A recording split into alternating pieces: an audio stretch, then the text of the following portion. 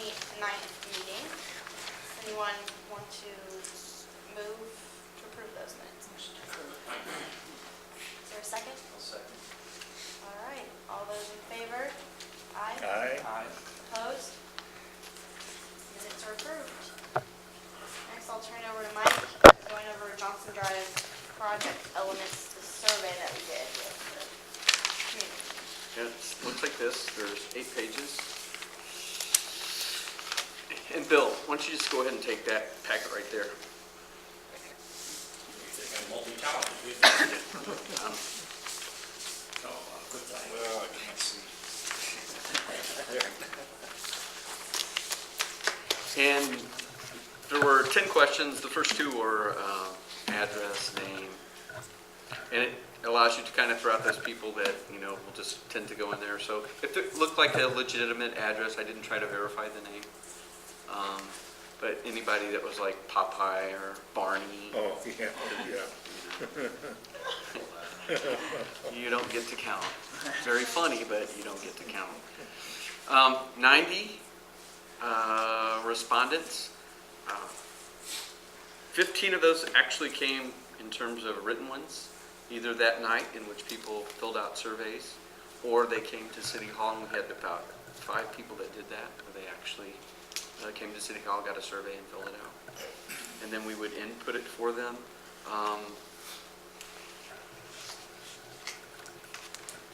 The first page is how long have you either lived or worked in Mission. So it's a really good cross-section.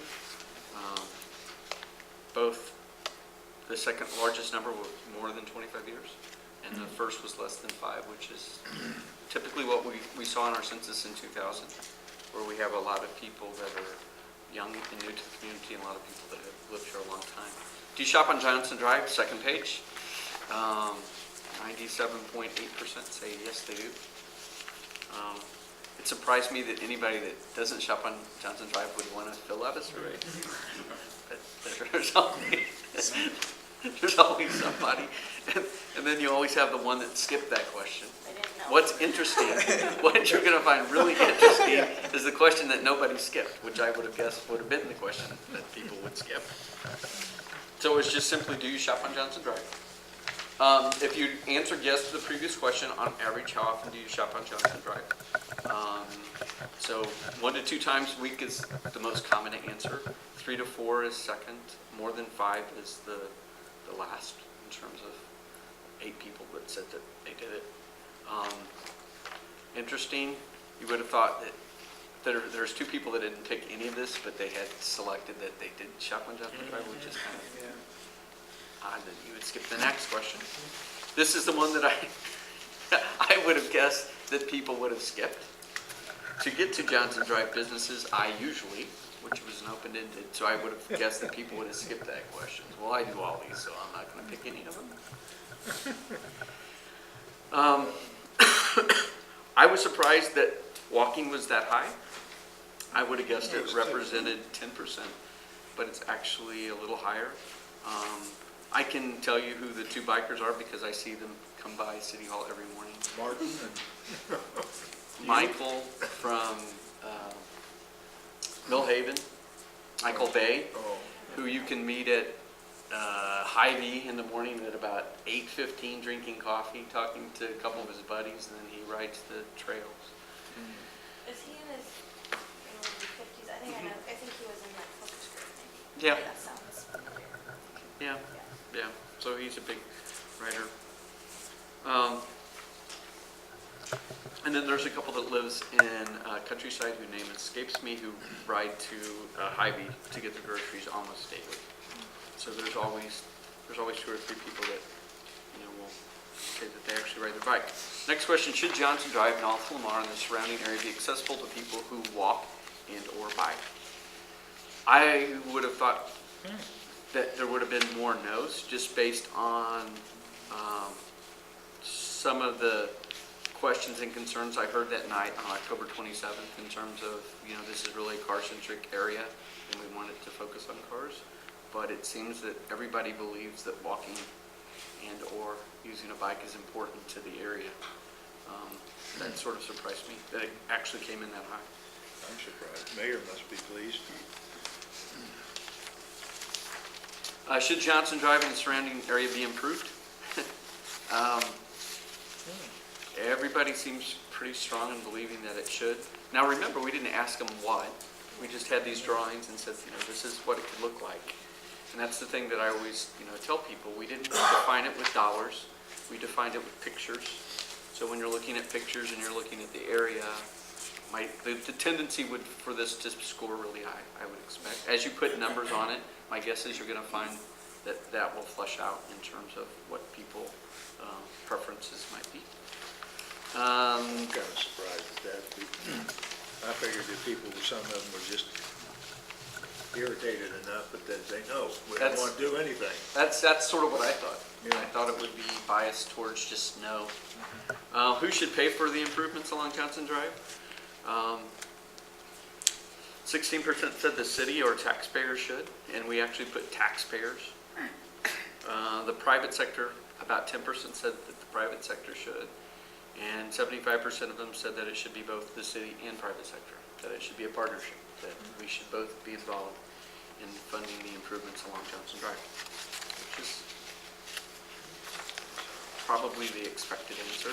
Here's the one that surprised me, surprised the mayor, probably surprised people a month ago when I sent this out. Please rank the following Johnson Drive and Alta Lamar area improvements in importance to you.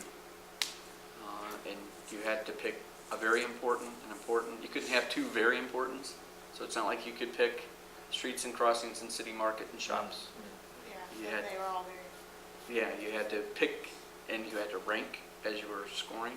And the one that ranked the best in terms of rating average would be the one that's closest to 1, and that would be city market and shops, and it barely beat streets and crossings. I would have never guessed that it would rank so high. The city Market and shops, I would not have guessed that. I would have guessed streets and crossings, and I would have guessed it would have been a clear winner. It wouldn't have even been close. Which is, I think, there's another set.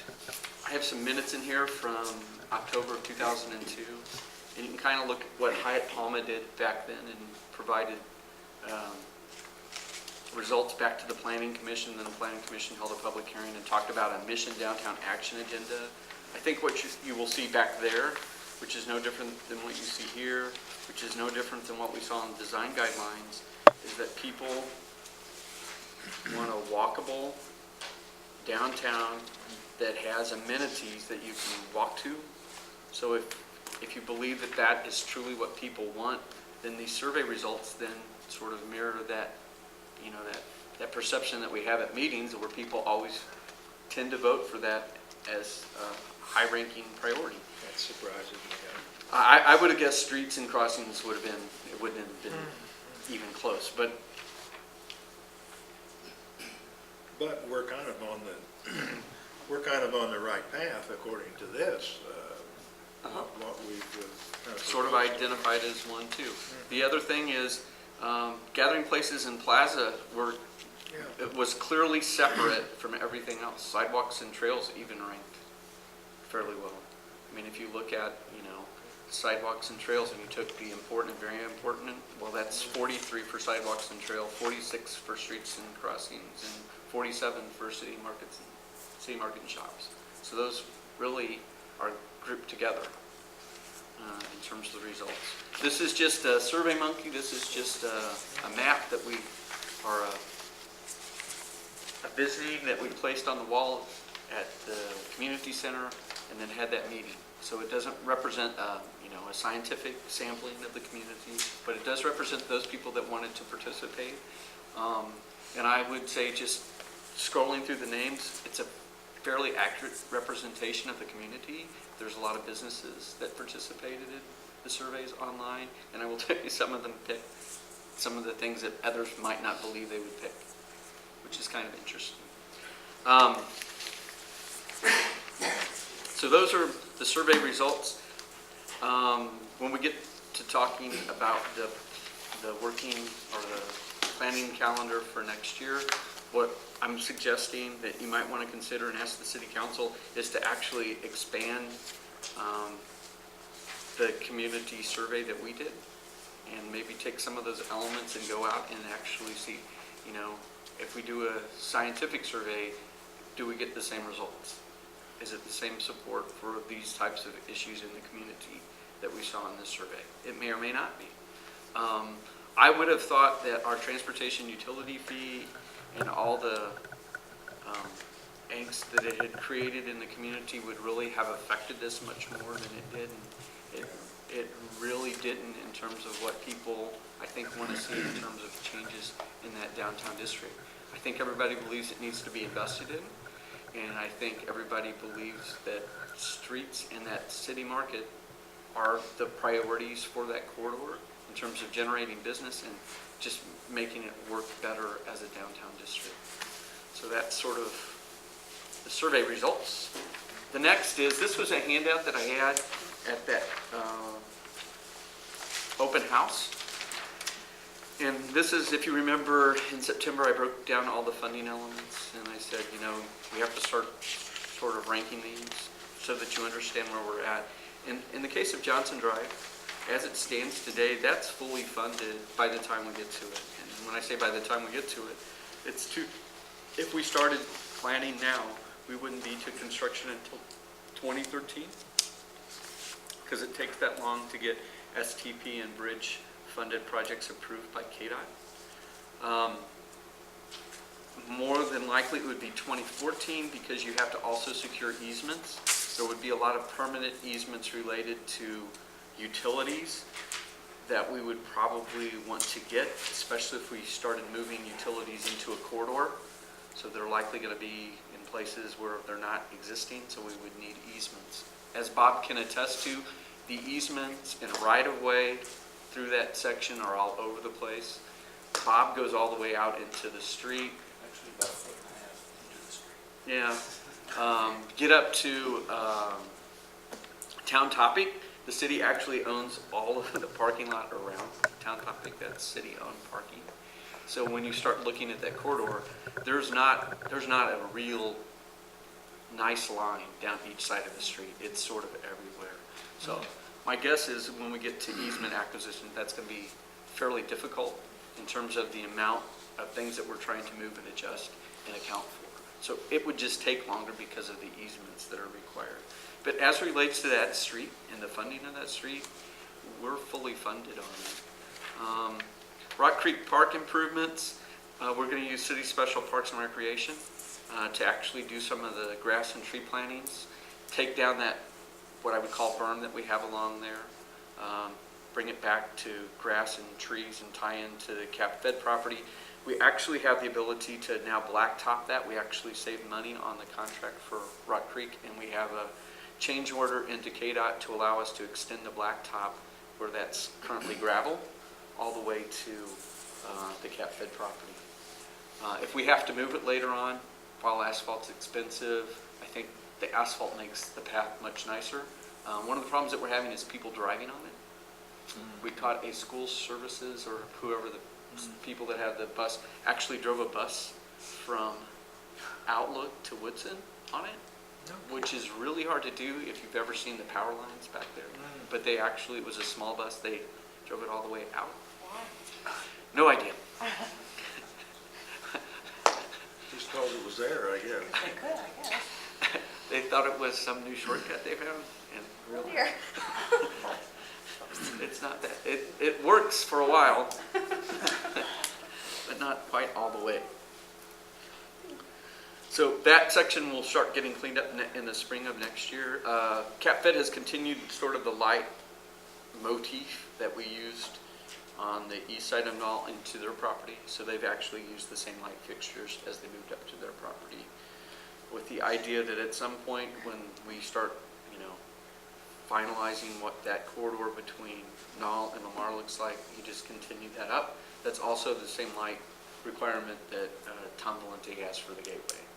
So he has to follow the same lighting pattern and purchase the same lights. Rock Creek stormwater improvements. Maple to the west side of Outlook, we have some safety loo money, which which is old transportation funding from the federal government that's still out there. We're still trying to figure out how we can use that. We might have to swap it for other monies in order to make that work. But we have the ability to cover the creek from Maple to Outlook, with the idea that when you get to Outlook and that creek then takes a 90-degree angle, it actually reduces its footprint some. And the idea would be that we actually start coming up with a sort of an open channel configuration as we proceed to this creek, simply because while I'm sure we would never have a 500-year event, there's a possibility that you do. And because that area is so low there, it actually acts to relieve a 500-year event.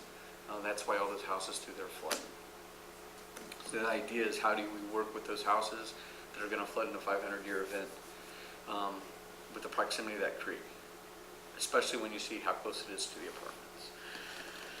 The city market, this is under consideration. There are no city funds allocated to it. Rock Creek Park improvements, in terms of if you were to do plazas and gardens and amphitheaters, we haven't allocated any money to that. Enhanced streetscapes, not really. We have the street curb utility relocation taken care of in A, but if you wanted to really enhance it beyond streetlights, we need to identify that money. Parking structure is that parking structure that shows up behind John Swartz property, the Mission Theater, in terms of its connectivity, and we have no money allocated to it. The one thing that we've been talking about is the quarter-cent sales tax. Quarter-cent sales tax to relieve, in part, the transportation utility fee, but then, there's been a lot of discussion in terms of, we could probably add another quarter. What should we dedicate it to?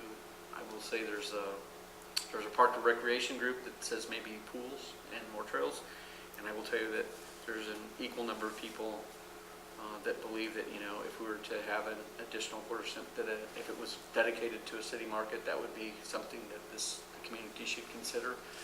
In both cases, those would be a vote. It's required to have a vote of the people to levy a sales tax. You tend to levy it in terms of a bond issue, which the sales tax would be dedicated to retire the bond to build a city market. But these are all discussions for the future. I will tell you that as we start looking at the work plan for 2011, we have to start discussing that city market in the context of, is this something that people are interested in doing? Because it has to be something that you plan for as you start building the plans for Johnson Drive and what we would submit to KDOT. And it becomes important in terms of the entrance and the roads that would lead to Johnson Drive, in terms of how are those configured. Is it no longer a through street, but a through street that goes through the market? And how some of that STP money I can use for bridges. Well, there's a bridge there at Outlook. I can also use maybe some of that safety money for that bridge at Outlook, which would need to be rebuilt and widened in order to service the market, but would be part of covering up the creek. So there's a lot of pieces that the more that you can define what you want and what's a priority, then you start matching the funding up to those pieces that could be taken care of with funding that we already have in place. So that's number 3. And then if you remember, I actually put dollars to it at the September meeting. So if you wanted to kind of match up A through G, those numbers are still pretty good in terms of what the costs are. The next is a planning calendar, and it's the last sheet, and it looks like this, and it just has January through June. And all I want to do tonight is kind of pass this out, have you mark it up, send any changes that you want to Joella, and then she'll kind of like catalog all the changes that you have, and maybe saying like, well, why aren't we doing more survey, or why are we doing any of this? Why don't we just wait for the economy to come back? Whatever the issue is. This is just a reminder. I'm just here as a staff person, so whatever you want to do, I will do.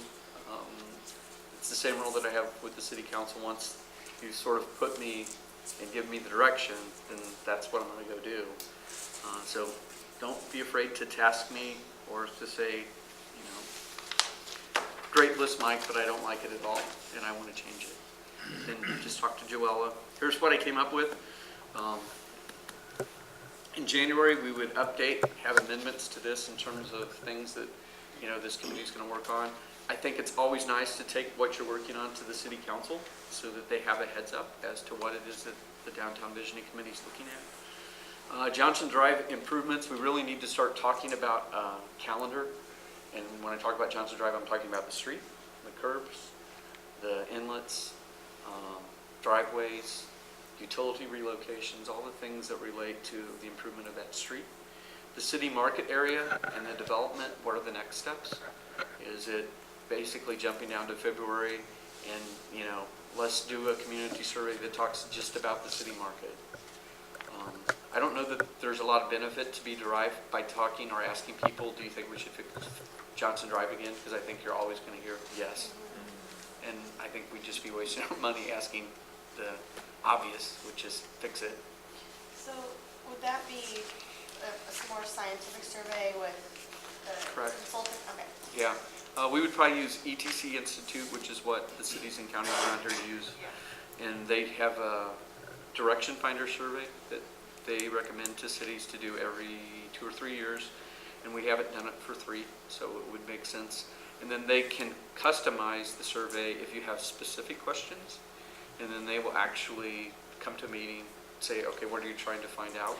And then write some questions and they come back to you for you to look at the questions that they propose. And the trick is to write questions that aren't biased. I mean, here's an example of a biased question. Do you believe that that we should find a solution to world hunger? I can probably get 100% response. Now, if I ask you the question, what have you done to solve the issue of world hunger today? Typically, you'll find that nobody can answer that. Yeah. Or would it? But they're all for the solution, but nobody's done anything to solve the 2% problem. will be undecided. Yeah, 2%, I'm not sure if it's bad or good, because we might have too many people. But, so you have to make sure that you don't ask questions like that are sort of like the obvious ones that point people in a direction. Because, right. Mike, do we have funding for the utilities and the drainage that we need to do on Johnson Drive? That probably is the first thing that needs to be done, right? I'm good up to Woodson. My problem right now is that I have what's called a preliminary engineering study that I submitted to the county for that portion that's west of Woodson, which is what's called, you hear it called the Johnson Drive Interceptor, which it basically collects water that's to the west and to the north and actually moves it to the creek sooner. And I'm stopped at Woodson because my downstream neighbor will not sign a letter agreeing that our preliminary engineering study shows that there's no adverse impact to their community. I believe they're on their 3rd engineering firm trying to get somebody to say that our plan actually is worse. Their engineer, this is Fairway, the first one actually had written a letter and had shared it with us that he was going to share with their community, but their community doesn't necessarily believe that that engineer's assessment is correct. And so I think their concern is, given the flooding that's occurred really this spring and summer, when there was 2 large events, that they don't actually believe that our engineering has reduced the problem in their community. So we're sort of at a standstill because without a letter of no adverse impact, we can't receive SMAC funding, and SMAC funding is 75%. So it's a significant amount of money that you get for stormwater improvements. And without that, it's kind of hard to think that we would take on too much stormwater. Now the East Gateway, that's already been taken care of. They cannot stop that. No. Okay. No. So, They can only stop stormwater projects that are west of Woodson still planning. and haven't been approved by the SMAC board previously. So where we're at is we have sort of got up to Woodson because we knew that that would alleviate, a bulk of the problem that we had downstream, with the idea that once we got to Woodson, which was a nice delineation, in part because the stream heads south. Yeah, that we would just pick it up as sort of like the next phase that we would do of, a larger stormwater project. Well, is that, is west of there significant? I mean, it seems like east of there, of Woodson, is the low spot, lower area. It's the most significant. But is there some, or do we have to hook onto it west of there also? You actually want to, well, we really need to get up to Lamar and maybe a little past, because what happens is a lot of water sheet flows because we don't have enough capacity down Lamar, down Johnson Drive. Okay. And if you've been out there, it overruns the capabilities of the system. And so the idea would be if we can actually catch that water sooner, we can actually make it even better for Fairway in that we're timing the flows through Fairway. Because right now it just all sort of sheet flows and then gets to the creek at Lamar and at Knoll and Johnson Drive. I mean, just think of that as the big place that all the water's coming in. There's 5 boxes there. I mean, that's where the water ends up going. And then it gets passed to Fairway. It used to be that Cooper Creek would connect to Rock Creek, but we actually took Cooper Creek down Johnson Drive and it actually gets to Rock Creek sooner. And so we've slowly been working from the downstream end to the upstream end and starting to change the flows, because that's the only way we could get the numbers, the hydraulic numbers correct for Fairway in terms of no adverse impact. We couldn't just keep dumping water into the creek because it wasn't solving the flooding in Fairway in terms of adverse impact. So we sort of metered Cooper Creek and got it there sooner. Rock Creek, this section, got it there sooner. And the idea would be to pick up some of the water that's west and north and actually use the same concept we used with Cooper Creek and actually feed it in ahead of time, so that you actually grab some of that water ahead of time and it feeds in. And this flow that comes from the west and the south would be third. So it's Cooper Creek that gets in, and the section that's north and west gets into the creek, and then everything that's west and south would then flow into the creek.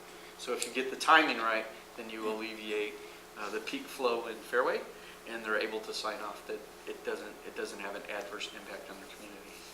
Well, It's fairly expensive to get the timing. I don't want to get ahead or anything, but we'll just take the farmer's market. Is there any way we could proceed on the farmer's market before we get the Johnson Drive? Where's the water perked out? We could go ahead actually and Right. do something, okay?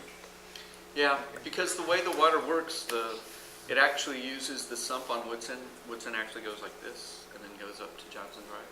If you actually just stand on the north end of Woodson and Johnson Drive and look to the south, you'll see that it actually goes down like this and then goes back up when you approach Countryside. So there's a natural place for water to collect and has been for years.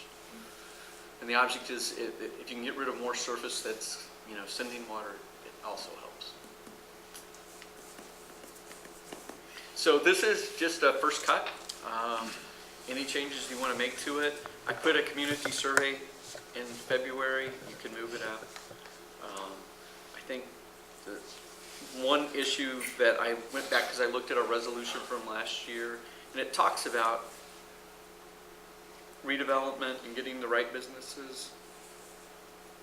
And the one thing that I kept coming back to was we have various forms of merchants associations that have been created, come into existence, exist.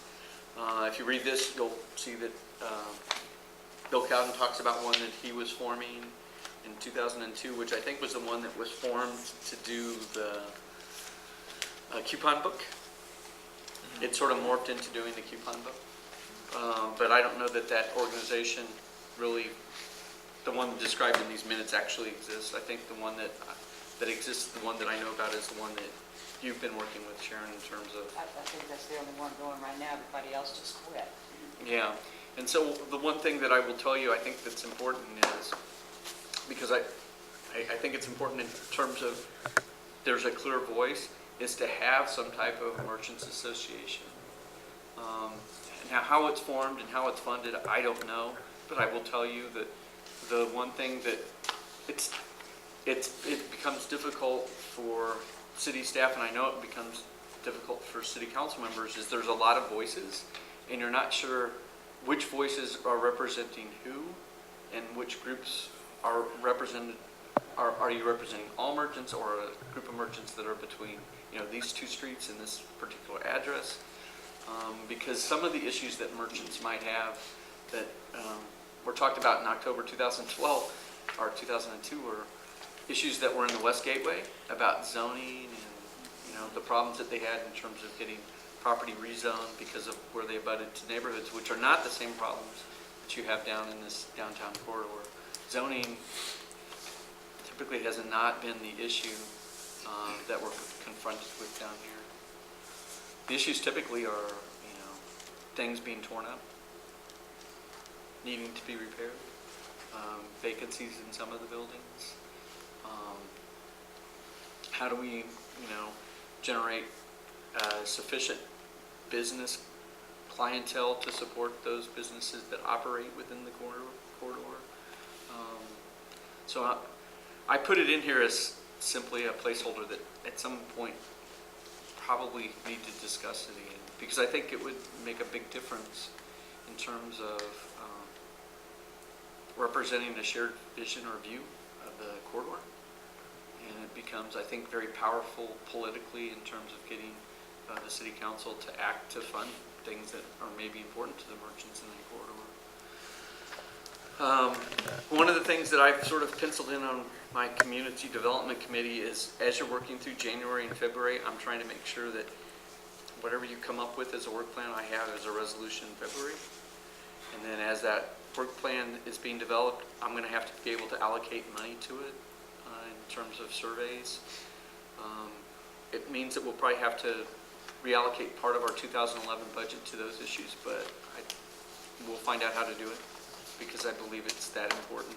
GFOA, what's interesting, they have sort of a back to the basics or back to the base citizen involvement and budget process, which is kind of interesting. And one of the things that I've been talking with some of my city council members about is actually using part of the downtown visioning committee to go through a portion of our budget just so that you know how it's constructed.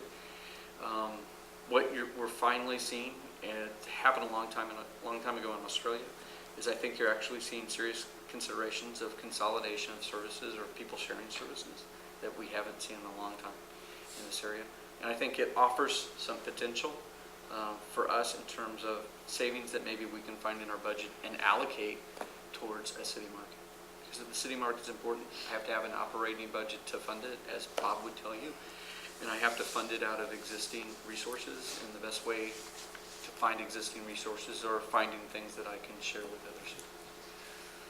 And whether that's services or things that I can buy or things that I can sell to other people. And we're going to try it. Isn't it kind of important now, since we had this thing in October and showed everybody what we were thinking, shouldn't we go ahead as quickly as possible with the next survey so that it stays on their mind and I think so. they know we're still working on it? That's why I put it in February, and then I'm going like, well, maybe it's January and start discussing it. January. That's 3 months almost after we presented it to them. Right.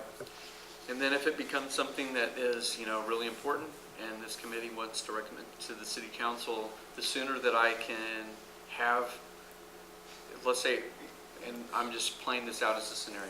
Let's say the city market becomes, besides Johnson Drive, the second most important thing to be done in that corridor.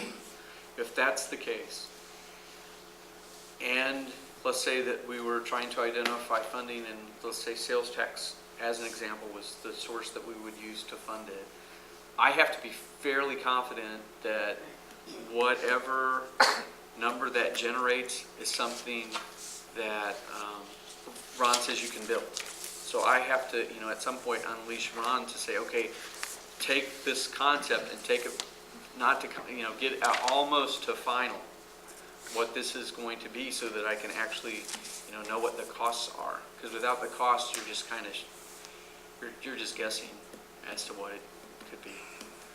And, we have some idea, but, the quicker that we can nail down, what those elements are that are going to be in it, and what people want in it, and what it's going to cost, I think that these numbers over here change a lot if you have these cost numbers. They in could. the survey, yeah.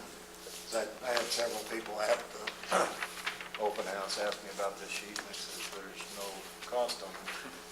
I was talking to John, I said, I know we had cost, all right, Yeah. some minutes, but Yeah. I think that would change the numbers a lot. It could. What I think it does is it forces people to take things off the list that they would have liked and then focus their efforts. So my guess is what you'd see is that the top two would remain the top two and the bottom two just fall further away.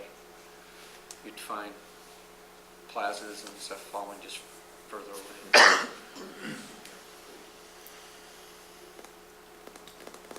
That's all I had. Well, let's go ahead and, I think we should discuss the community survey. Is that something, I mean, that's gonna have other elements to it, so would that be something that the city would be able to start working on in January? Because I don't wanna put it in January if it's still not gonna go out until April. No, we could start talking about it in January because I will put it on the Finance and Administration Committee agenda. Okay, let's go ahead. Does everyone agree that we should go ahead and start with the community survey at our next meeting? Okay. And if you have some ideas of what you'd like to see on there, go ahead and bring those in to give us the start. But I would assume maybe 5 to 10 tops questions. Yeah. Probably better at 5.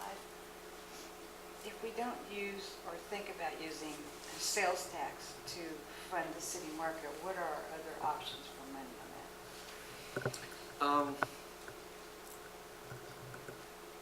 There's probably 2 or 3 different ways to do it.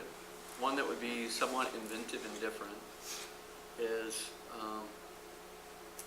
and it would require really having John here to talk about it, because I've talked to him about it before, is actually setting up a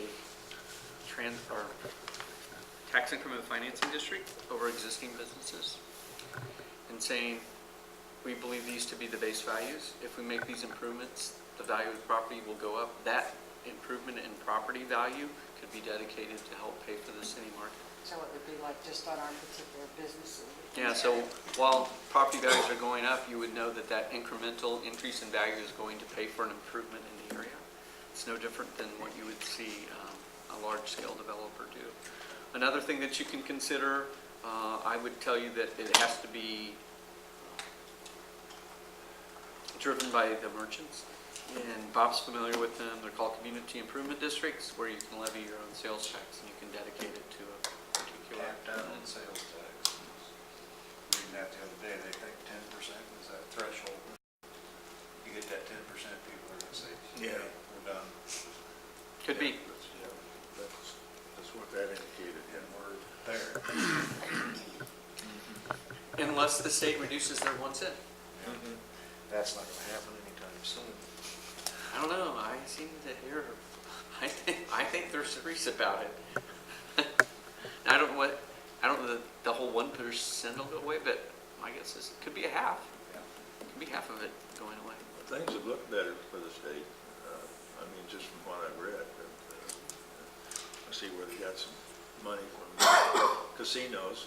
What was it, $38 million Yeah. or something like that. So, Nothing like the gambling revenues. Have a rock casino. maybe we could put something like that just down there on the creek down here. You just need to find some Indians to live down there. They used to own the land, we can probably get it back. Yeah, we just gotta find the right tribe. All right, any other comments about the work plan or anything else for next year? Just go ahead and email me if you have any other suggestions or changes you'd like to see to the schedule, and I can get that to Mike well before our next meeting, which is, are we keeping it the same schedule? Yep, 4th Wednesday of the month. And the third one, or the second one is the 12th, so that would make it the 26th. Is that the next meeting, you say? Yep, January 26th. what? Oh, I looked at what, January 26th. 26th. You need to get a 2011 book. I've got one, but this one run out in a day or two. I don't have my new one with me. All right, any other, I'm going kicking and screaming. I don't want to go into that. I'm staying in 10. Okay. any other business? One other question for Mike on this transportation utility fee lawsuit. How does that affect the funding on Johnson Drive?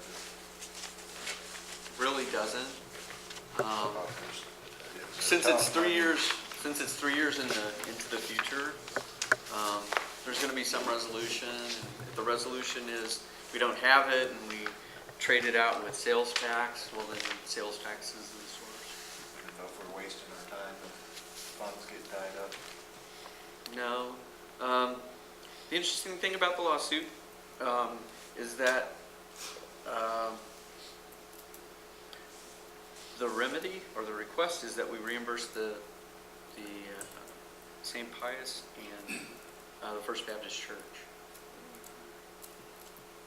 Is that the remedy? That's all they're asking, or just? Yeah, Okay. I mean, they make the statement that they believe it's a tax, it's not a fee. Yeah. And because it's a tax, they should be exempted. Where does that go? What court? See, Goes to the district court, district court, which is where? Johnson County, Johnson Olathe. County.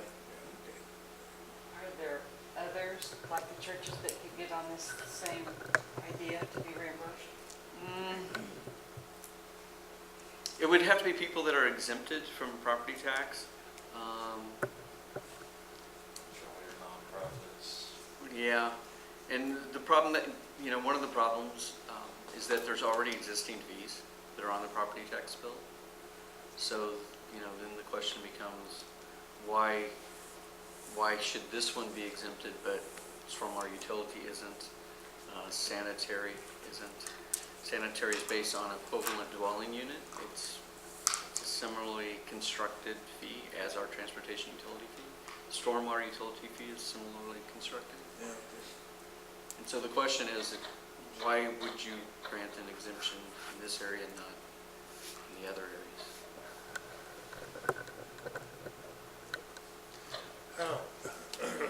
How often do you tell the city council what we're doing? Is just hit and miss? You don't do it do you keep them updated every meeting? Oh, Like we send out the minutes of all the meetings Yeah. that are in their packets. Okay. So, like, the September meeting minutes were in the October packets. And it's like the MCVB, put their minutes in the city council Yeah. packets.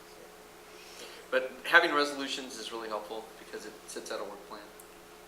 And they know what to expect and what's being worked on. How does the city council view this idea that's going? Which one? Johnson Drive. Johnson Drive? I think they're very supportive of it. I mean, in terms of the street and the sidewalks and the getting utilities fixed, they're ready to get that taken care of and have been for some time. As it relates to the city market, it's like anything else. It's new, it's different. It's not something that the community's had before. So the question is, where does that fit with all the other priorities in the community?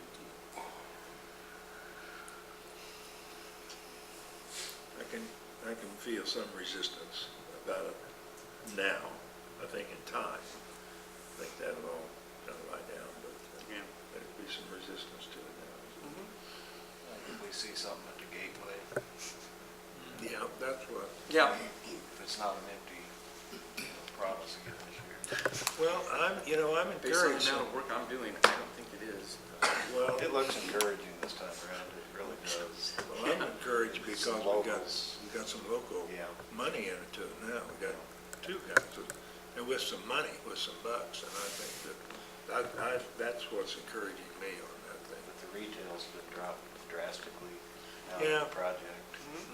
Yeah. Which changes their star bonds reimbursement, which then changes the amount of TIF that's available because they're now building more office, which generates more tax increment financing. So it's, Which that was an article in the paper about Plaza area, they were going to be building more office spaces down there because that was the big thing now, was the office area, which is what he's kind of picked up on there, so. And it's not spec offices, you're building an office for Yeah. somebody. So it's not until there's somebody that's signed to a long-term lease. Anything Makes else? his parking work a lot better, Yeah. I can tell you that. Oh, yeah. That parking garage, to service all that retail, Yeah, no, it's, that was a nightmare. What's kind of the spread on now that they're looking at as far as the percent of office versus retail versus? I would say housing, apartments is about 150 to 175. That's 150 to 175,000 square feet. I would say retail is right now, the last one that I saw, which is a modification of the last one that was presented, is somewhere between 325, 375, excluding some pad sites that are on there.